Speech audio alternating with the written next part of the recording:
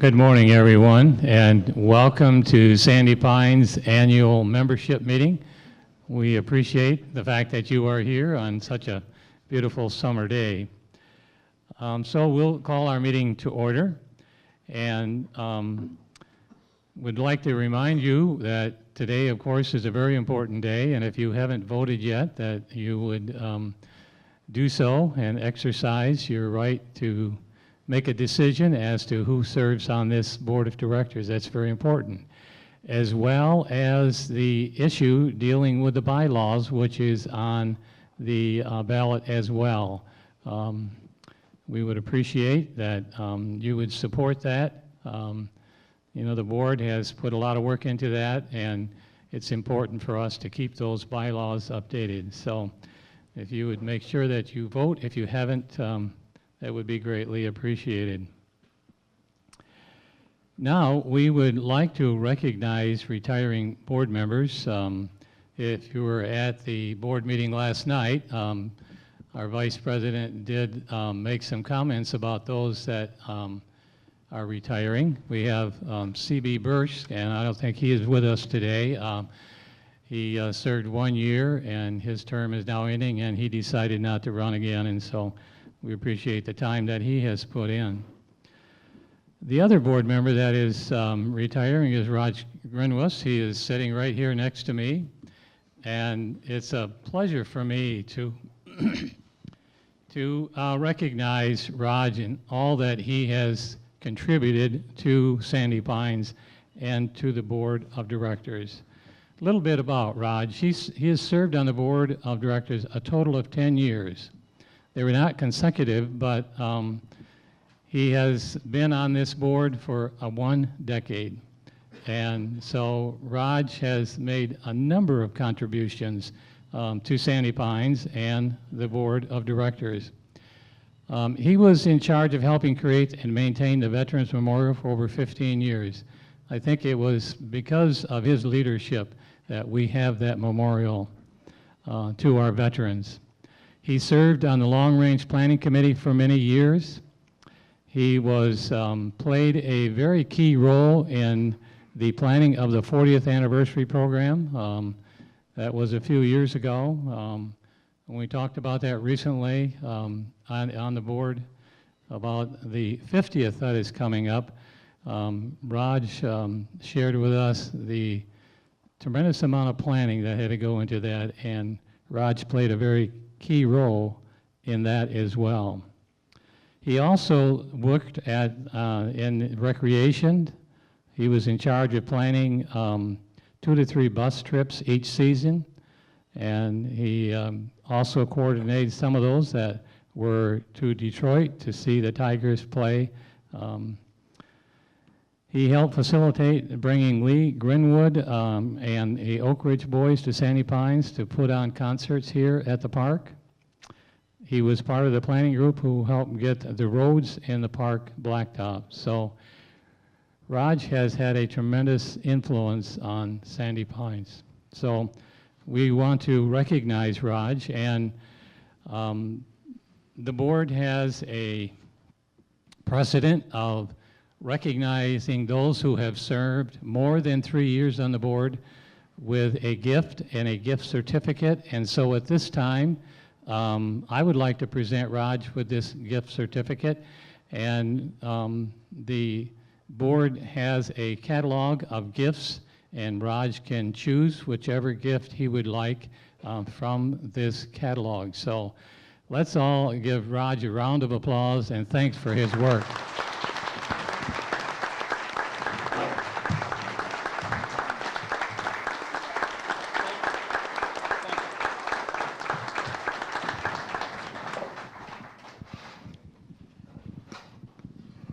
Is there a Mustang convertible in that book?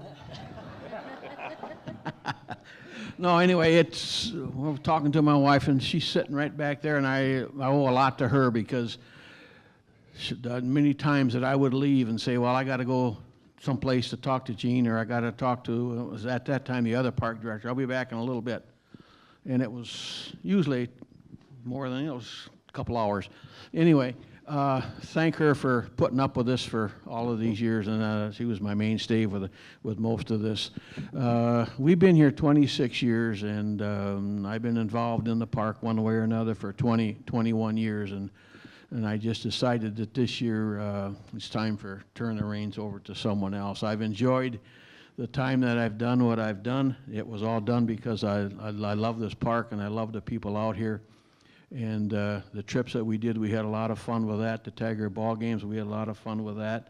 And if you were here a long time, you probably remember oiling the roads, how that was so much fun when the kids would run through with their bikes and then come in the house with their oily feet. Anyway, the electrical upgrade, I think, and the blacktopping of the roads was probably one of the biggest things that we have undertaken in this park. And that was done quite a while ago. And the other thing was the water park and the golf course. We've got a beautiful place here, and it's got to be kept under scrutiny to make sure that it keeps going the way it has been going. And the board that we've got is doing a great job, and we owe a lot to Gene. He's brought us a long ways. The financial end of the park is the best I think we've ever been in. And the maintenance people, the way the park looks, it's just been it's great, and it's a great place. And we hope that I can be here some more years, but it's time to let somebody else take over and do what's got to be done. And these guys up here are doing a great job, and appreciate it. And we'll talk to you later.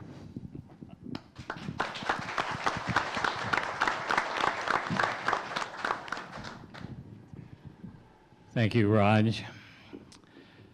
The next item on our agenda this morning is the park president's report. So we will turn the mic over to Gene to give his annual report at this time. Thank you, Don. According to a member that approached me last night at the board meeting, this is the most boring part of the whole thing. So I promise you I won't let you down. Couple of things. John Spoolman just handed me this thing he saw out on the sidewalk. It looks like a connector of some kind to a device for charging. So if it's yours, it's up here. If it's not, then we'll give it to George afterwards here. Then the second thing I'd like to just mention before I get started is that there was a gentleman, a member that came up to us just before the meeting started asking if there was an annual statement that was going to be presented, a financial statement that would be presented today, and there is not. Our fiscal year ends the end of September, so the year isn't closed out until the end of September, and then it is closed out and approved by the board in the off season or the very first meeting of each year, which is in May, and then it's posted on the website.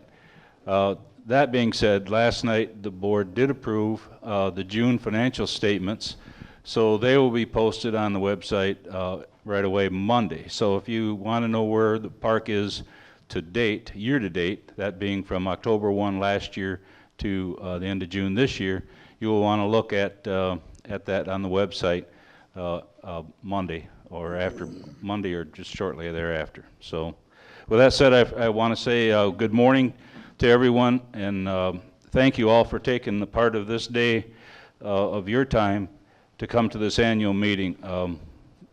Those of us up here, those of us that are on staff, appreciate your interest and your support of the ongoing business of the park. Secondly, I'd like to thank the chapel for providing us with this facility to hold the meeting. Thanks to George Bauma back there on the soundboard. He was here probably before 9 o'clock this morning setting this up. So thank you, George. Appreciate what you're doing. And then Josh Genoviak is standing there behind the camera. He's on staff with us, but he's here running the video today. So thank you, Josh.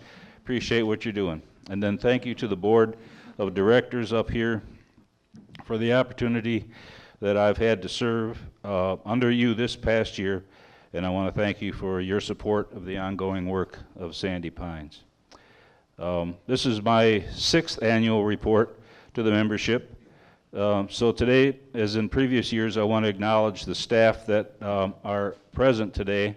These are managers, and along with their counterparts, they and the staff that works under them, they're the reason that this park is operated and maintained so well.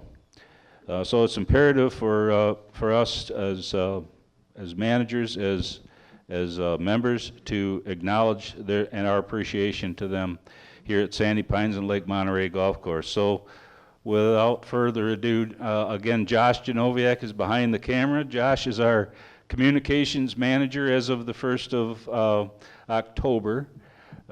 He is currently serving as the manager of member services, and he'll be moving into a full-time position of the communications manager. Sue Flowers, who is not here, oh, I'm sorry. Sue, you're the next one. Okay, Sue, would you please stand up? Sue Flowers, she is the assistant manager currently of member services, and Sue will be moving into the manager position of member services. So thank you, Sue, for what you're doing for us. Ben Fafelski is next to her. Ben is with maintenance. Yeah, it's great. And then Ernie Kunkel is next to him. He is he's the park inspector, and we're glad to have him on board. Thank you. And then Kimberly Williams next to Ernie. Kimberly is our CFO. Thank you, Kimberly, for all you do. Nikki Hogewin is our recreation director, and we thank you for this is Nikki's first year, and so she's been baptized by fire this year, but she's done a great job, and we're appreciative of the work that she's done and the effort that it takes to get that done. It's she by far has the largest staff of all of our managers, and it's a big job. So. And then we have Gary Peters sitting in the second row. I don't know how he got in the second row, but Gary is our golf course manager and the director of golf. So we appreciate all of them, and thank you for recognizing them this morning. As I begin the report on the park, yeah, you can go if you don't want to stick around. I promised when I get him out of here as quick as we could. So, as I begin the report of the park this morning, let me start by saying the condition of the park is strong. Strong with regard to our physical assets, strong with regard to our human resources, strong with respect to the financial condition. Looking back, I would be remiss not to express our gratitude for the wonderful work that's been accomplished in the past 47 years that make this park what it is today. Looking ahead, I'm encouraged with how the park is prepared already to face the future and what is being accomplished. There's much yet to do, but we're in a good position as a basis for going forward for generations. Our physical assets, much has been done in the last several years to prepare us for the future regarding our physical assets. Most recently, the approval of the Capital Reserve Fund assessment ballot of 2017. This marked a major step in financially supporting the efforts to maintain physical assets. During the off-season of 2017-18, the fruits of that vote resulted in the ability to do a number of projects, some of which are the library was moved to the retail building to allow the previous library to be used as a larger meeting and conference room, which was needed. The renovation of the previous conference room was made to accommodate our CFO and give her a better space to work in for the amount of paperwork and documentation that she has and the meetings that she has to hold. The room that she was in is now the office of the communications manager and part-time human resources this past year as well. The retail building also included renovations to allow for the inspector's office space, a lease space currently occupied by Gesture Style Hair Salon. She was in the corner before where the library is now. And the rental golf cart office and shop was placed on the south end of that building. Park and Garden will be moving into this building in the spring of 2019. Material bins were installed behind the retail building used to store bulk products for Park and Garden and for maintenance. These bins were previously located on the east side of the current Park and Garden building. This move has allowed more parking in the area of the flea market and retail center. The exterior of the retail building we're hoping to also get some attention to that, but it'll be simple. It'll be a facelift to clean up the exterior's appearance. The renovations last off-season included the renovation of the public safety building, specifically in the previous office of the inspector. This is now the office of the Director of Security of Public Safety. Other projects included the renovation of CC-12, including the work on the interior mechanicals, as well as exterior renovations of the building entrance area. A chain link fence was installed between phases 4 and 5. This was done as a response to a concern of the adjacent property owner. The largest project this past off-season happened in phase 3 with the construction of 2 new CC storm centers. This was a project in which Sandy Pines partnered with Salem and Monterey Townships, the state of Michigan, Allegan County, and FEMA, the Federal Emergency Management Agency, to design and construct a $2.1 million signature project known to us as CC5 and 6. With the help of an $856,000 grant, Sandy Pines was able to complete the funding internally for this project without the requirement of an assessment request from the membership. That move of cash was from operating reserves of $1.1 million that the board moved over to capital, and as of last night, Kimberly reported that that was 2 years ago that we did that. As of last night, the end of June shows that we're within $85,000 of recapturing and replenishing that amount of money back into reserves. It's our understanding that the state of Michigan will be using this building footprint in state parks and rest areas going forward. So they were very impressed with it, and I think that the overall, the park and the membership have been very pleased with the project. Certainly, if you've ever done a building project, you always figure out at the end that you forgot one thing or another, and that's no different here. But we're really pleased overall with that project. Grateful for the help of everyone involved in making that happen. Those on staff, Ben had a lot of work with it. Kimberly had a lot of work with it. Steve DeArmond had a lot of work with it. Steve wrote the grant. Ben oversaw a lot of the construction, and Kimberly did the financial works, requesting for money, paying the bills, making sure that what we are paying for we got, and what we had coming back from the federal government we got. So thank you to everyone. There are also board delegates that were involved in each of the meetings we had. There were several construction meetings. Raj Grinwis and Dennis King were delegates from the board that followed this project through. We thank you for the board for the support of allowing this to happen and providing approval for it.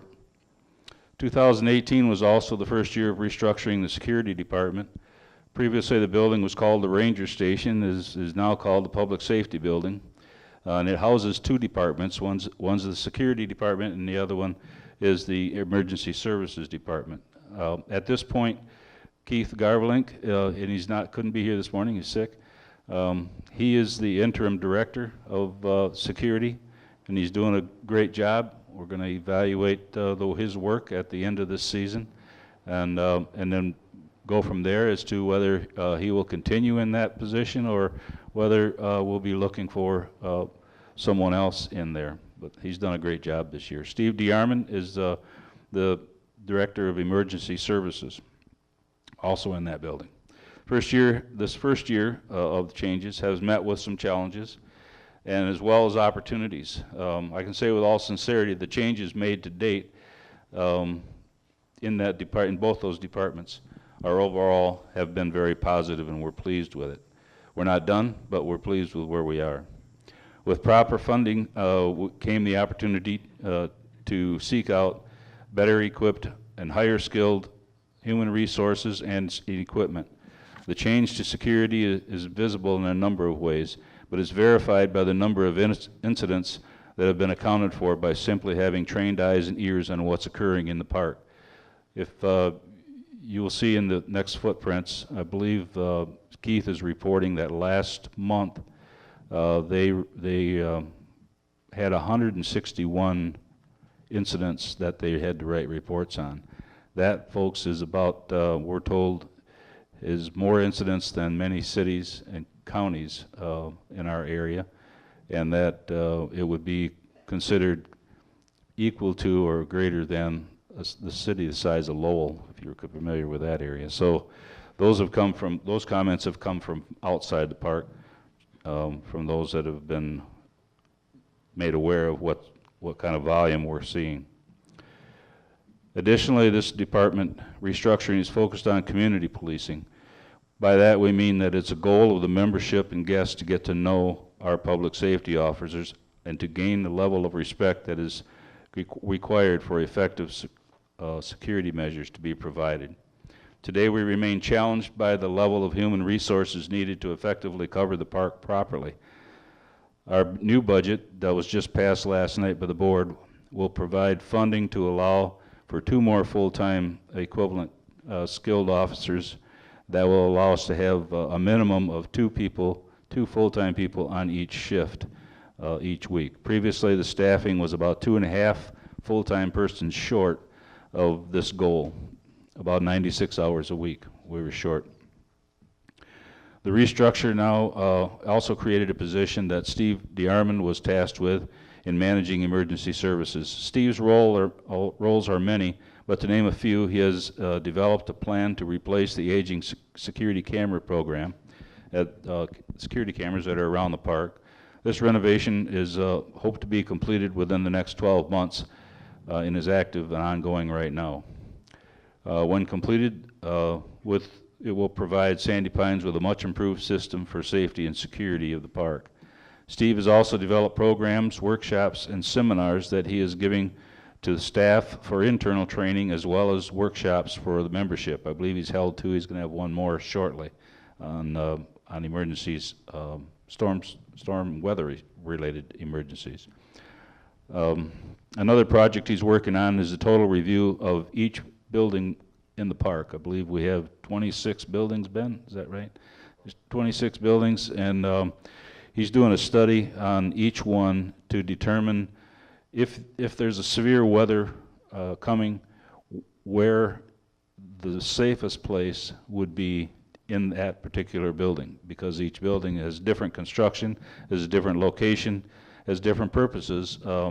He will be working on highlighting which areas are the best, and we'll be posting those on the websites, and our staff will all have those as well that are in those buildings as well. He's completing projects including our emergency dam plan document, our emergency operations plan document, severe weather protocols for staff. We don't want our staff running around in the event of a severe weather warning with their hands up wondering what do we do. So he's putting together a course for protocols for the staff. And then of course he's working on, many of you have heard, he's working on another FEMA application currently being considered for the area that previously held the indoor pool building. There's still room for an indoor pool up there, but this would be a building that would be used for family recreation and for meeting space. We're really in a vacuum for meeting space as well as pool space. So he's working on a grant for that, and we have not heard back on it yet, but they haven't kicked it out either. So we're hopeful to hear on that within the next couple of months. Steve and Keith both work on the same budget, and so in doing that, they provide effective and conservative management of the resources they're responsible for. They kind of watch out for each other as they work off the same dollars to make sure that their own interests and the areas that they need covered are covered. So it's really been working well in a balancing act. Some of the other items that wanted to let you know about this morning is we're in our second year of the food truck program. This has been a well-received program, and last year being the first year, it proved to be a positive thing for Sandy Pines membership. It's been positive for Sandy Pines as well financially. We hope to continue the program going forward, and we're encouraged by the interest expressed by new vendors, I should say, who would like to be invited next year. We generally will send out an invitation in December to take a look at the calendar for the following year, and they can sign up. We for this year, for the first time, we tried up to 3 trucks on any given day. So previously, the first year was 2 trucks, and it seems to be working out okay.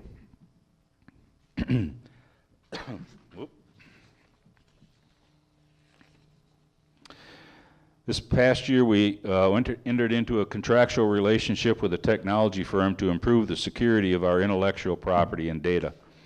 In a world where ransomware and data storage intrusions are commonplace, we are attempting to be proactive in the protection of this sensitive information. This may not be a visible improvement, but I can assure you that this program is necessary, and it's something that is important to us in terms of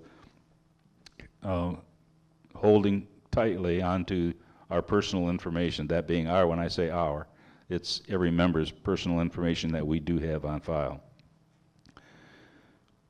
With the leadership of Josh Genoviak, an extensive communication and branding plan was developed in 2017-18. This actually somewhat began with Michael Vanderwall 3-4 years ago, but Josh took it to a new height and a new completion, along with a number of other things. New requirements for communications were set in place, and with the input of members, staff, and consultants, a mission statement was part of that program, and that was developed.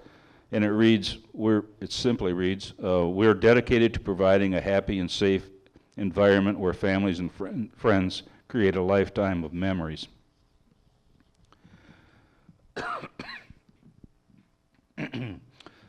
Some challenges still expected to come are the internet and cable. Currently, we're waiting on Charter Spectrum for the new internet contract that will begin at the end of this season. We received a proposal from Spectrum for the cable TV just recently, and it has some improvements over the current contract while providing a fair value. The proposal will allow us to offer about 160 channels of HD TV for less than $13 a month. So we're looking forward to that. That will also have a channel guide. It's not an interactive guide, but it'll be a rolling guide, and we're looking forward to that program for next year. Another challenge going on is, or has been going on, is the boat stake program. Many of you, if you don't have a boat stake, want one, and that's been a continuing challenge to manage for both the inspector and for member services. There's a number of aspects of contention, including the misplacement of stakes from where they're supposed to be, disagreements between stake users, frustrations over the lack of boat stake availability in areas where they're most desired. The truth of the matter is simply that we currently have about 200 members on a boat stake waiting list, and the reality is that we see about 5 to 7 boat stakes become available each year. We continue to look for ways to better manage the issue while doing so with understanding that we cannot make more shoreline that would allow us to add more stakes. With this in mind, it becomes imperative for us to attempt to manage the stakes we have to assure the membership that they are in the correct place with properly registered watercraft. A few years ago, we had an engineering firm come in and provide a waypoint or GPS reading for each boat stake. Each waypoint was marked with a small flag to indicate the location where each stake was supposed to be. Needless to say, some flags were removed and some were moved, which only added to the confusion and the ongoing contentions that we just spoke of. This year we'll be purchasing an engineering grade GPS that will provide an accurate finding of these waypoints to assure that the mooring posts and docks are in the proper positions. When a member wishes to know the exact location of their stake, or when disagreements occur, the GPS will be used to accurately locate the correct location, and the member will be required to comply accordingly, hopefully putting to rest some of the things that have caused some discussion in the past couple of years. Another thing that we're watching closely, we're working with the DEQ with respect to some state campground rules. In the permit section of our rule book, there will have to be a few changes. There's some revisions and clarifications that will be coming out soon with respect to non-compliant concerns here in the park. The expectation will be to work with DEQ and Sandy Pines into a position of compliance within a reasonable time expectations, and we hope to meet the goal of becoming compliant in such a way that is least disruptive to the membership while being acceptable to the MDEQ. One of the rules that many of you have heard about or are questioning is the 4-foot rule. The state is very clear, the campground rules are very clear that there has to be 4 foot clear around the living unit. That's where it gets unclear. What's the living unit? Does that include your deck? So forth and so on. So we're going through that with the DEQ, basically saying, okay, what does your book mean? What do your rule mean? What does it mean? How do you want us to comply? And what's the timeline that we have that you would allow us to comply? So we're in those right now, and I think we're making some headway. But if you've ever dealt with a large corporation or state department, it's kind of tough to get answers in a timely fashion, but we're working at it. 3 things I've learned in the last 6 years is that 1, we have made huge strides in how we communicate. 2, it's clear that communication is never perfect. And 3, I've learned that it takes 2 to communicate. We're currently blessed with many ways to communicate: bulletin boards, footprints, weekend flyer, the weekly e-news, the rave alerts, our website, Facebook page, and 4 proprietary cable channels. We still have folks that are not aware of some of the important issues happening in the park.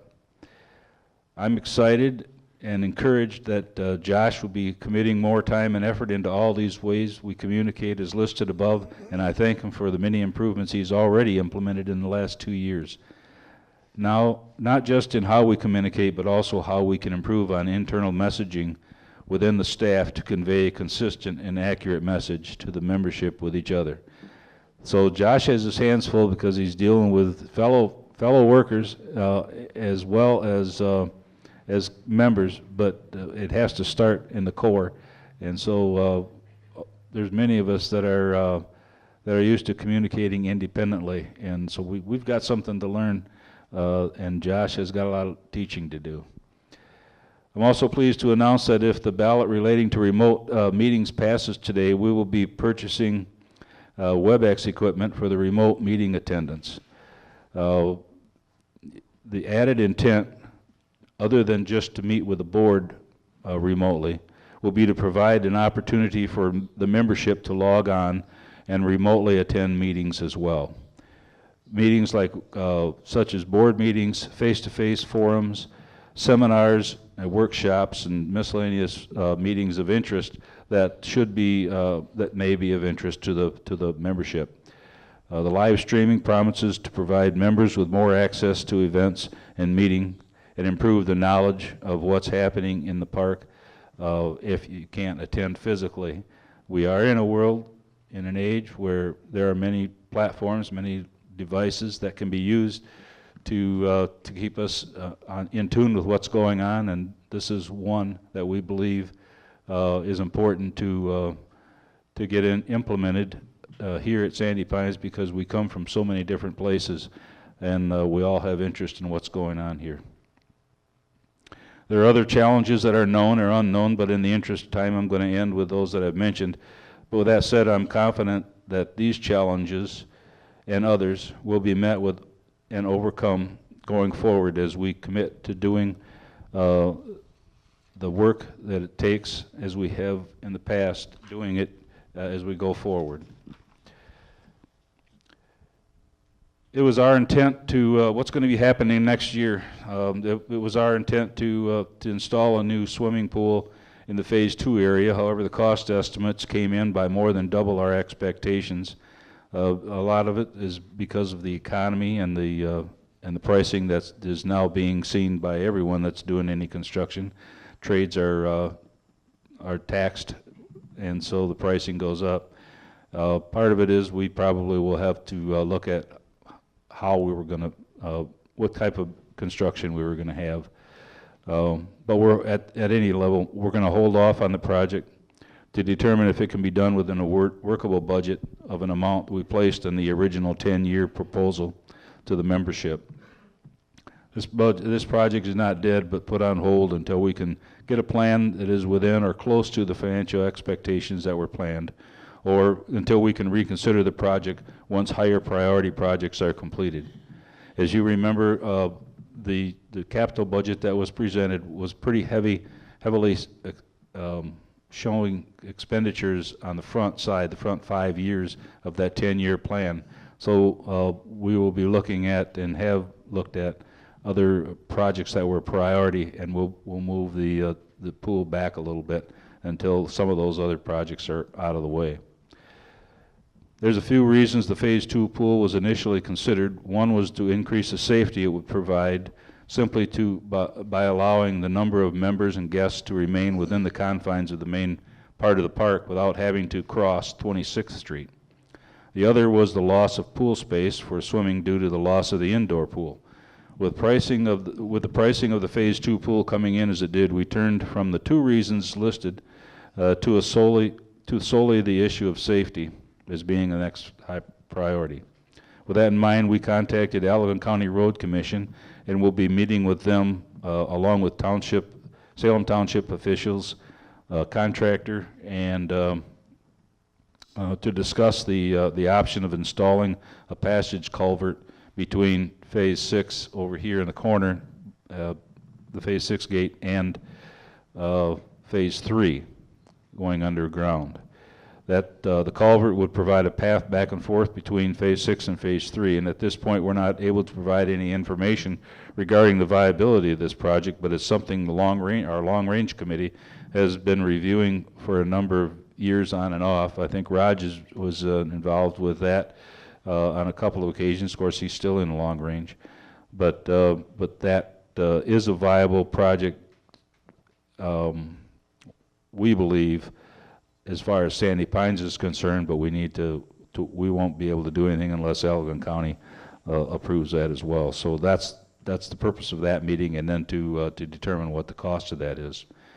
Other projects expected for the next year are in Phase 2. Again, there will be a new tennis court installed. That tennis court was rendered unusable at the early part of this year. So we just closed it down. We'll put another court in there next year. There'll be completion of the retail center renovations, the renovation of CC 11 in Phase 5, and the moving of Park and Garden into the space within the retail building. The expectation is that AT&T will still be installing equipment on the cell tower this fall for use by the time 2019 begins. At the beginning of this year, I was contacted by the tower developer indicating that AT&T would probably be on by August. Don't see that happening. But as recent as about 3 weeks ago, I had to send a copy of our incorporation papers to him for AT&T for the correct name of the park company. So that's still moving on. Finally, I want to mention that Safety and Security is reviewing golf cart registration revisions and identification. And I hope to have a recommendation from that committee that can be presented to the board this off-season and implemented with the intent. The intent of the changes would be to deter improperly registered golf carts and mitigating unauthorized carts in the park, as well as the excessive cart turnover by some members who seem to try and start a business selling golf carts on their own sites. In closing, I want to be certain to say that I am very grateful to God that He has once again been faithful to Sandy Pines in this past year and to Lake Monterey Golf Course. He's blessed this place with great people, programming, protection, and provision. The passing of the Capital Fund, a solid group of board directors, protection from harm, provision with many talents and gifts of our staffing, a generous measure of financial security, and the continuing support of many wonderful members. Thank you all. That's it.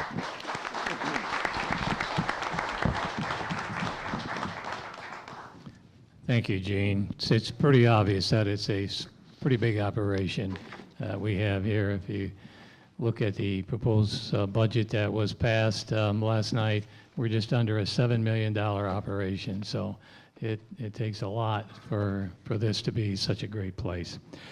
Now we're up to member input. So we have a mic right here in the center and a walkway. And if you would like to come up and identify yourself, give your site number, and make any comments that you would like. Who would like to be first?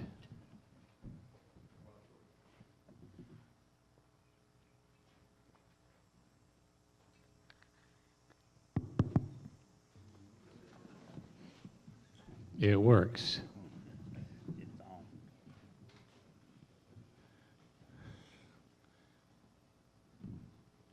No comments today?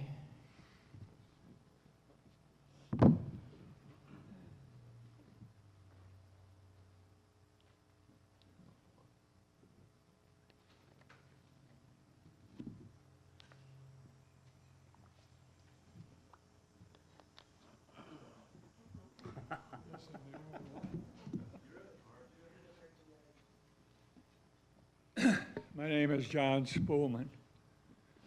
Is it okay? Yes, we can hear you. My name is John Spoolman, site D117. I served on the board a couple years ago, and at that time, we were saying that we're very proud to have a campground like Sandy Pines, and I agree that we do.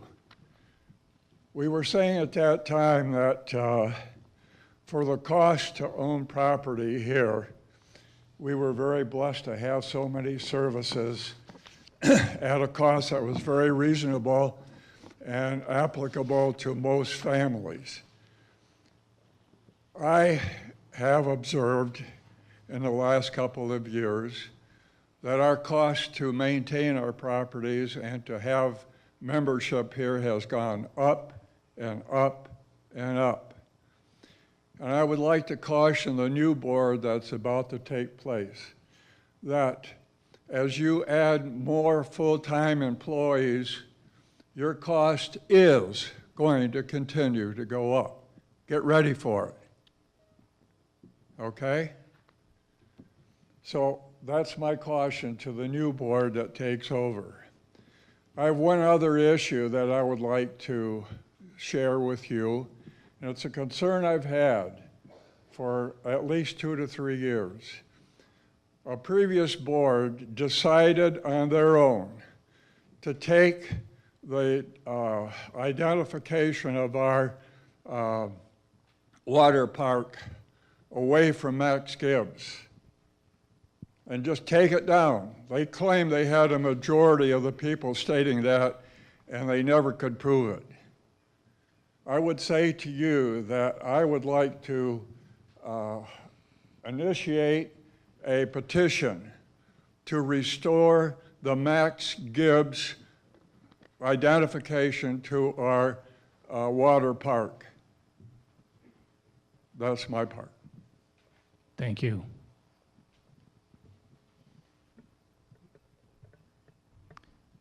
Anyone else?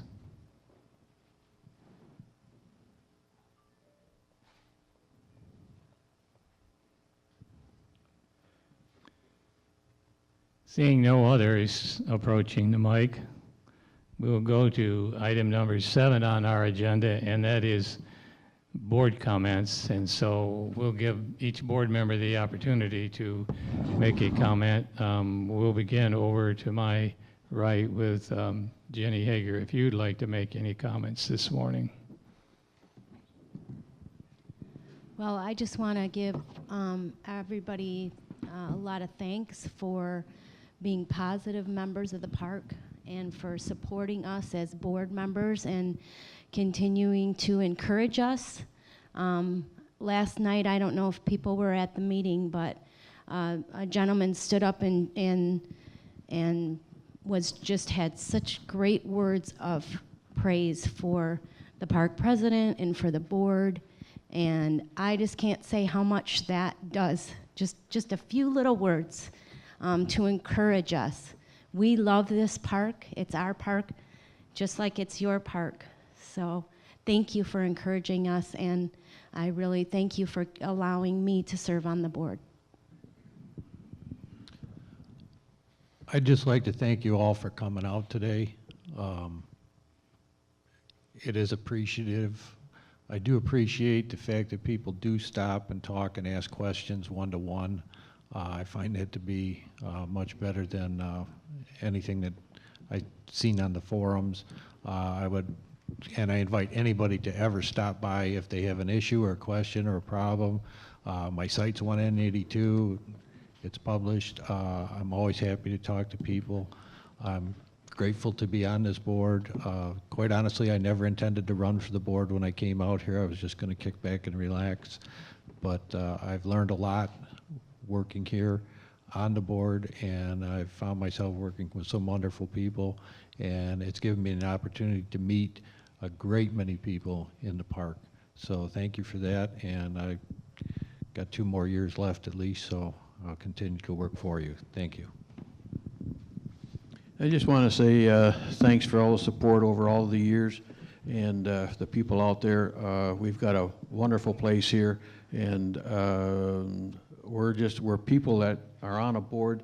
We're not perfect. You're not perfect, but we do the best we can, and we make decisions that we feel are best for everyone in the park, not just a few. Again, thanks for all your support. Good morning. I'd just like to add to that. It's been an interesting first year for sure for myself.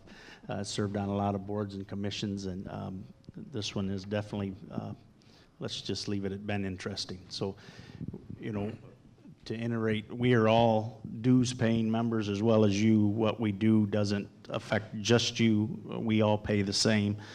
And I think that we try to balance all the improvements and the quality of the park.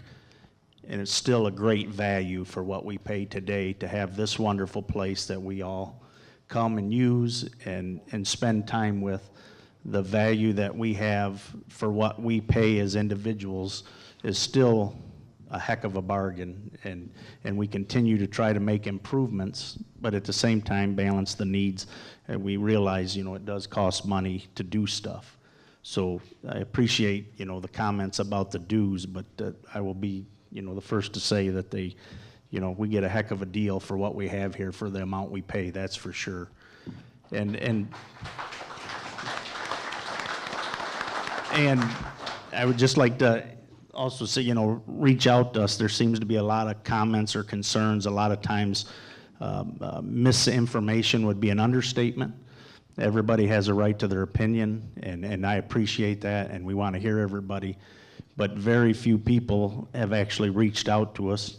You know, we have ways that you can contact the board, so the entire board gets all the information, and everybody sees the same stuff. It's not taken out of context, and we can work on your behalf. And, you know, sometimes it's hard for people to understand.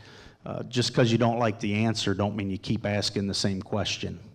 You know, we try to be, you know, transparent. That seems to be the word of the week. But, you know, it is what it is. And when we make a decision, we do it in the best interest of the organization as a whole, not individual groups.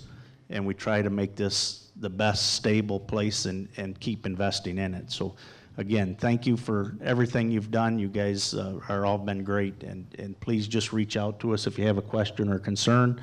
I mean, that's, you know, let's have an honest conversation and we'll try to move forward. Thank you. Well, I'm Dennis King, and whatever they all said, I agree with that. But I want to thank you also for your confidence in me 2 years ago when you voted me in on the board of directors. And I have one more year remaining, and as time goes, things get to be a little hot and heated up. I like to always say, if you can't stand the heat, get out of the kitchen. But I consider myself kind of thick-skinned, and so I'll take sometimes the negative comments and some of the things and issues. I've also been on several committees, and one of the things that is my great interest is because of my background is safety and security of this community, of this park. And when I ran a couple of years ago, I said that I was a reasoned, prudent person, and I believe in common sense. And that's what I tried to do in my approach on this board, looking at the issues as a common sense and what is great for the majority of the members. And you're always going to have a few negatives and people that don't quite understand everything, but they have their own views. And so I take them under consideration too.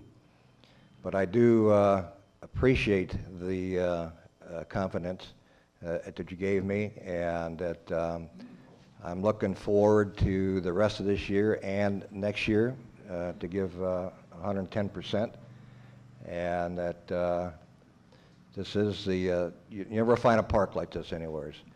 And I am really glad that I had the opportunity when my folks were here in the 80s and 90s to introduce me to that, and my kids enjoyed it, and now my grandkids do. And I'd like to keep it that way and keep it the best park ever. Thank you.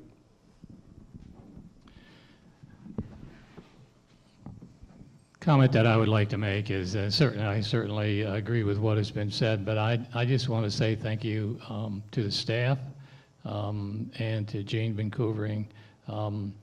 The year that I've spent on the board here and the experience that I have gained has been tremendous. It's been very helpful. And I just want to say that we have a fantastic staff. You can approach anyone, any department head, ask any question you want, and you will get an answer. So I really appreciate them for all the work that they do. And it's most of the stuff that reaches this board comes through the staff. And they do an excellent job in vetting everything that comes before the board, and we get tons of information from them. So it's deeply appreciated. So thank you to the staff. I'd suggest you give them a round of applause.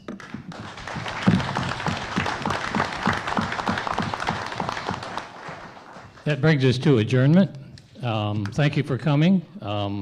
We have another meeting following this. It's on the back side of this agenda sheet. It is going to be a report on Lake Monterey Golf Course. So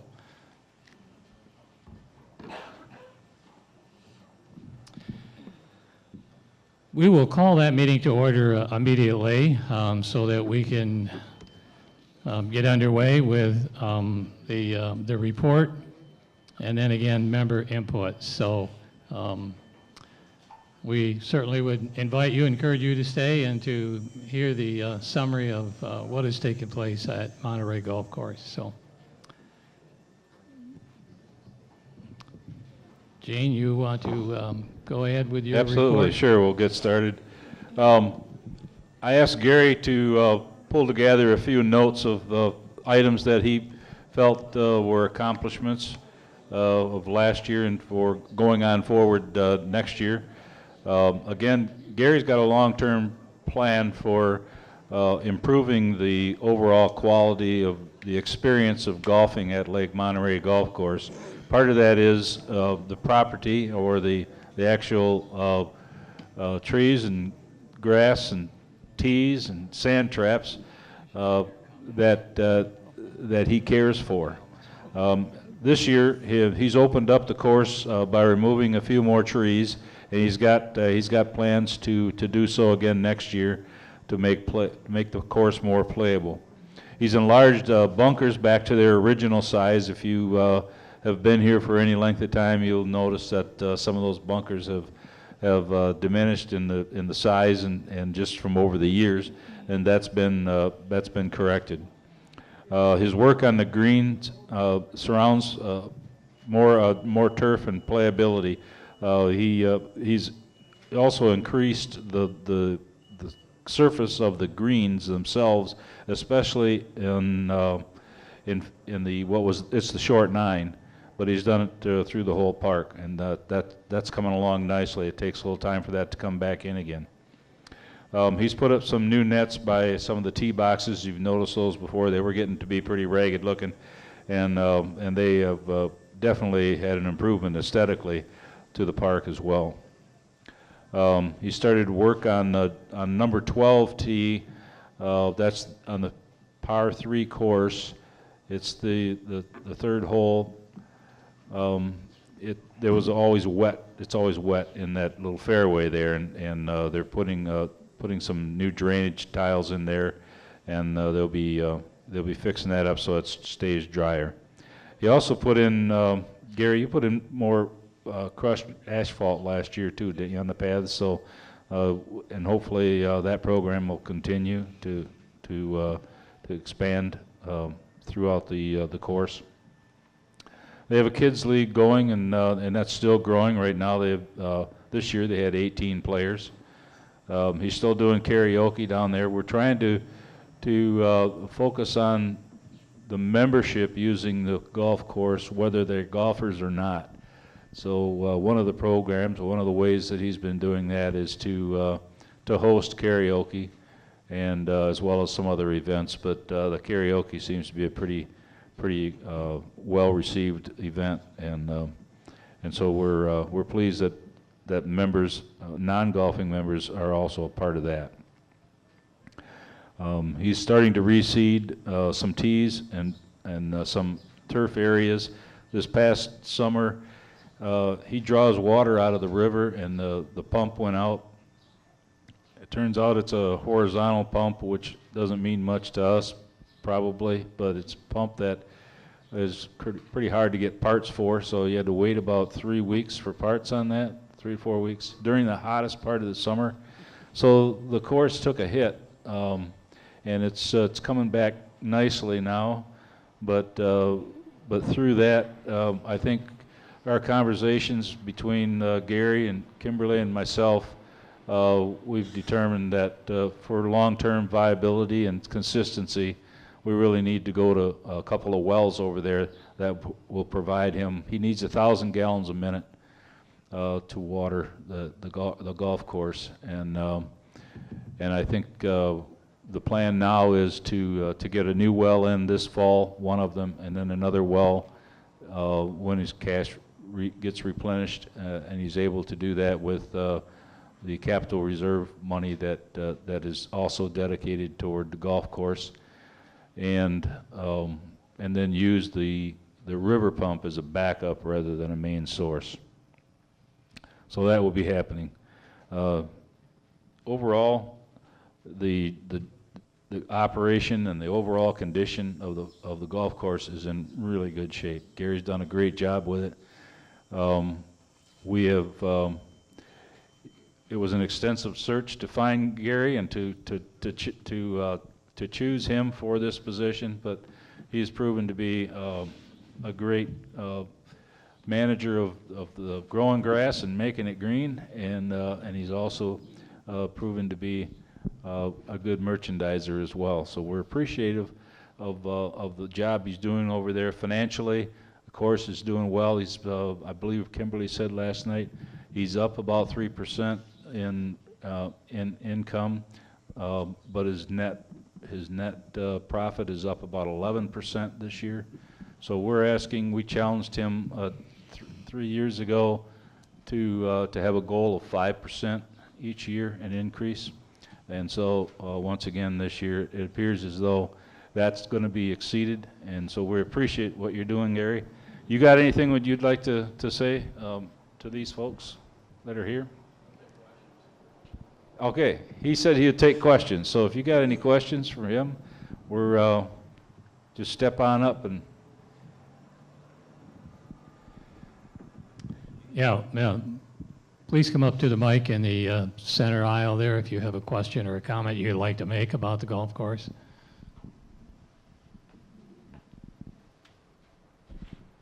Getting back to the well, when the course was first put in, there was no sand in that creek at all. We're getting all kinds of sand from the farmers that are irrigating their streams upstream, so that river, to give you an example, went from 28 feet in the spring to 6 foot, and my intakes of the pond were plugged with 100 yards of sand. So things have changed, times have changed. You can't go against the farmers. Their lobby groups are huge. When I was in Wisconsin, it was a different situation there. So that's one of the main reasons for the pump. The other thing is I'm getting a lot of algae from the cows upstream. True, I'm getting some free fertilizer, but whenever I irrigate a lot, I get black algae and algae on the greens, and it's coming from the compost of the cows in the fields.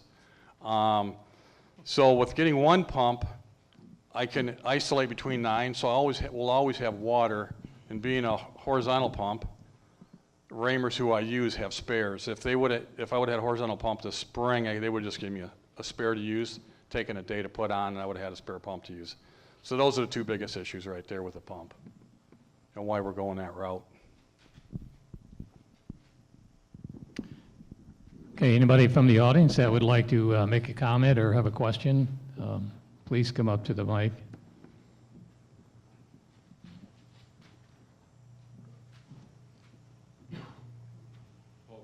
Lot 332. I would like to thank our manager of the golf course. I think it's an excellent course, and we've seen quite a few improvements. And I would also like to thank you as a board for your overall administration of both the park and the golf course. Thank you very much. Thank you. Thank you.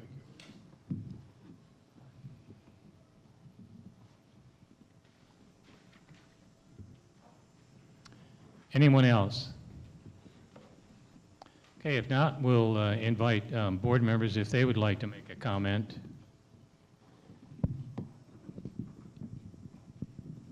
I'm not that good of a golfer. I'm an Army golfer, you know, left, right, left, right, left, right. But anyway, when I've been told that from fellows that I've talked to who not are in the park but come out here to golf once in a while, they say that of all the courses that they play, they have never seen a course where the greens roll as well as ours do. Now, I don't know what that means, but I guess the balls roll better and they don't have to hit it as hard or whatever. But these guys are golfing a different place every week, and they say that of all the courses they play, that our greens roll the best, so that's quite a compliment. Any other board member? And I would just like to thank Gary from the board level for your expertise and your professionalism. It definitely shows the last couple of years the turnaround, not only in the financial statements, which we're very concerned about, but the quality of the course as well. And I can't wait until I'm old enough to golf so I can enjoy that. Anybody else? You do have a set of kids clubs for him, don't you?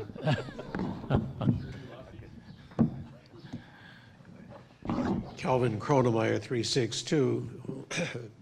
When I was on the board 3 years ago, we worked to get the assessment passed for the golf course.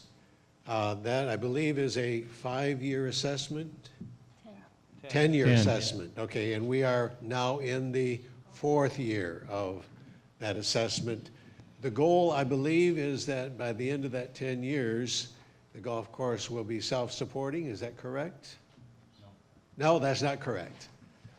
So what is the goal then? Well, we don't know at that point, I guess is what we're saying. All right. Now, just to pick up on that, Cal, the goal, the 10-year goal, next year will be the 4th year of the 10-year, or this next fiscal year. The goal was to keep the course and to be able to support the course so that it could break even or at some point in time carry more of its own weight. So the goal is at the end of 10 years, as far as I'm concerned, my goal would be to go from a $150 assessment to something less than that in a request.